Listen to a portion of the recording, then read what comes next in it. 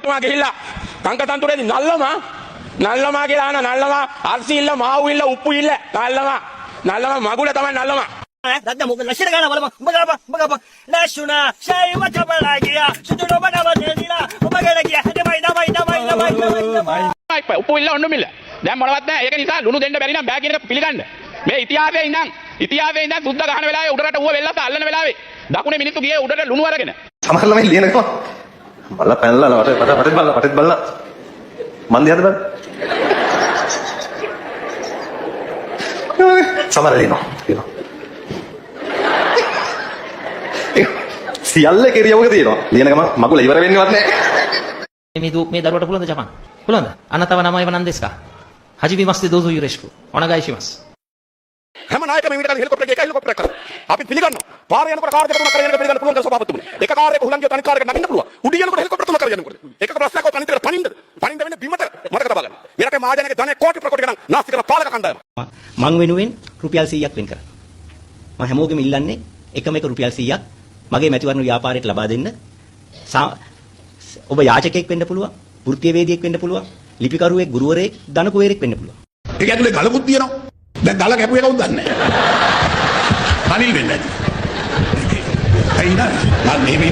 නැති මේරිදා වාගෙන වන්න අනේ සර් අද පොඩ්ඩක් කලින් යවන්න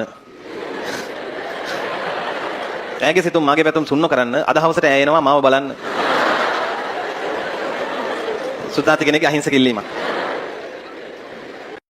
ගණන් නම් මට දී එකක් තියෙනවා මට මේක 80000යි සමා වෙන්නේ 6,80,000යි 16,80,000යි අපිට මනුස්ස සභාවේ මේ අකුරක් ඉලක්කමක් එහෙම වෙලා කියවෙන්න පුළුවන් මම සභාගත කරනවා උත්තරය සමා වෙන්න සභාගත කරනවා අවුරුදු 3ක් තුල මහින්ද රාජපක්ෂට පුළුවන් වුණා මේ රටේ අවුරුදු 27ක් තිබිච්ච ත්‍රස්තවාදය නැති කරලා දාන්න මේ රජයට පුළුවන් වුණා අවුරුදු 3ක් ඇතුළත මුළු රටම නැති කරලා දාන්න අපිට දැන් මට කිව්වා ලොන්ඩ්‍රි කාර්යය මාළු කාර්යය නාට්‍යාමි බොම්බයි මොටයි කාර්යය මම ඒ කිව් අනතුරු හතරම බොම ගෞරවයෙන් බාර ගත්තා අංගි පොඩ්ඩක්වත් නැතුව හෙලිවැල්ලෙන් සිටි කාලේ මට මතකයි.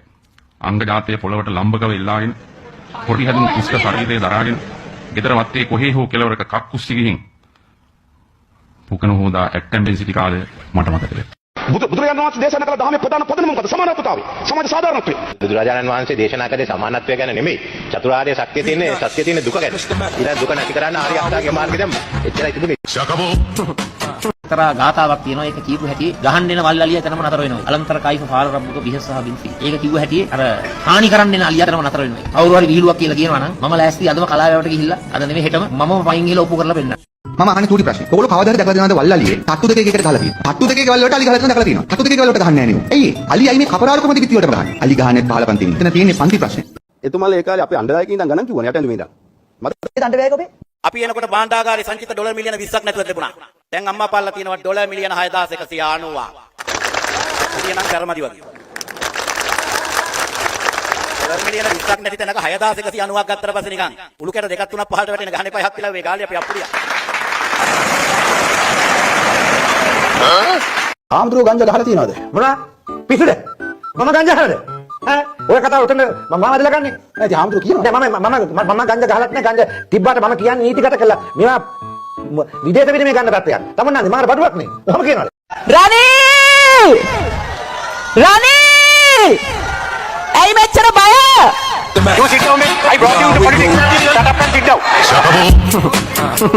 මාරක් දැන් 3:00මාරක් විතර වෙනවා මම වියදම් කරලා කිසිම දෙයකින් මගේ බබලා දෙන්නට මගේ පුතාට 3:00මාරයි ඉතින් ඒ කාලේ ඉඳන් වගේ මම කිසිම දෙයක් වියදම් කරලා දෙන්නට අරගෙන දීලා නැහැ මට මම ඇත්ත කියන්න ඕන නිසා මම ගිය අවුරුද්දේ කුර්තා බ්ලවුස් එකක් ගත්තා ඊට අමතරව මමත් ඇත්තටම වියදම් කරලා දැන් මේ කොවිඩ් කාලේ ඉස්සර එකත් ගිහින් හොඳයි අපි ෂෙයා කරගන්නවා ඒ කියන්නේ මට ෂෙයාරින් සිස්ටම්ස් තියෙනවා අපේ යාළුවෝ ඉන්නවා අපි සාරි බෙදා ගන්න අඳින පළඳින ඇඳුම් වලට විතර නෙවෙයි මගේ දුවට මගේ යාළුවෝ කිහිප දෙනෙක්ගෙන් ඒ කියන්නේ 3 දෙනෙක්ගේ බබාලාගේ ඇඳුම් ටික එනවා ඒතර අපේ බබාගේ ඇඳුම් ඒ කියන්නේ දුවගේ ඇඳුම් තව 4 දෙනෙක් විතර යනවා පුතාගේ ඇඳුම් 3 දෙනෙක්ගෙන් ලැබෙනවා එහා ගෙදර ඉන්නවා ඒ ෆැමිලි එකෙන් ඒ බබාලා දෙන්නම 3 දෙනෙක් ඉන්නවා බබාලා දෙන්නෙක් අපිට දෙන්නට වඩා වැඩිමල් පුතයි දුවයි ඒගොල්ලන්ගේ ඇඳුමුත් එහෙම අයිතාවා මම thank you වල කතා කරේ උඹලා මිනිස්සු අපිත් මිනිස්සු ඒ හින්දා ලයිට් එක දෙන වෙලාව කීයද කියපන් ලයිට් ආවේ නැද්ද මහත්මයා ලයිට් ආවා අයියා මොකක්ද අමර බන්දු කිව්වේ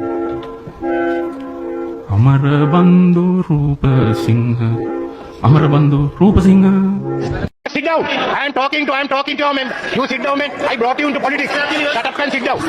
ගියේ මං කාරෙන් එළියට කට්ටිය වට කෙරුවා වට කළා ගැව්ව ගානට මං කාරෙන් බැස්සා බෑලා මං පාරෙන් එහා පැත්තට ගියා එනකොට මේ කට්ටිය ඔක්කොම ආවා ඇවිල්ලා මට දිගට අරගෙන පහර දුන්නා පහර දුන්නාට මට කරන්න යම බාන්ස් ප්ලේස් නෙමෙයි අතුපාරට ගියා අතුපාරට ගියාම අතුපාරදී මං ඉරුණාට පස්සේ මේගොල්ලෝ මට හෙල්මට් එකකින් ඔලුවට තදබල ලෙස පාර දුන්නා ඔලුවට helmet Generative artificial intelligence, computing power, smarter devices, datafication, artificial intelligence and machine learning, extended reality, digital trust, 3D printing, genomics, new energy, solutions, robotic process automation, edge computing, quantum computing, virtual reality. Birds, the kaputas go have hit the plane. When they take over, it will be a damage. So that is the damage to the even for the yard. තෙල් gas නෙවෙයි Japan bicycle ගේන්න තික හදලා දෙන්න. එහෙමයි රටවල් හදන්න. මට මං අද කියන්නම්. අපේ තරුණයෝ හරි කැමති ජපානයේ බයිසිකලයක් ගේන්න. දෙන්නේ. පොඩි කාර් එකක් ගේන්න දෙන්නේ. ජාතික ජනබලවේගයේ ආණ්ඩු බලය අරගෙන ඉතා කෙටි කාලෙකින් ක්‍රමිකව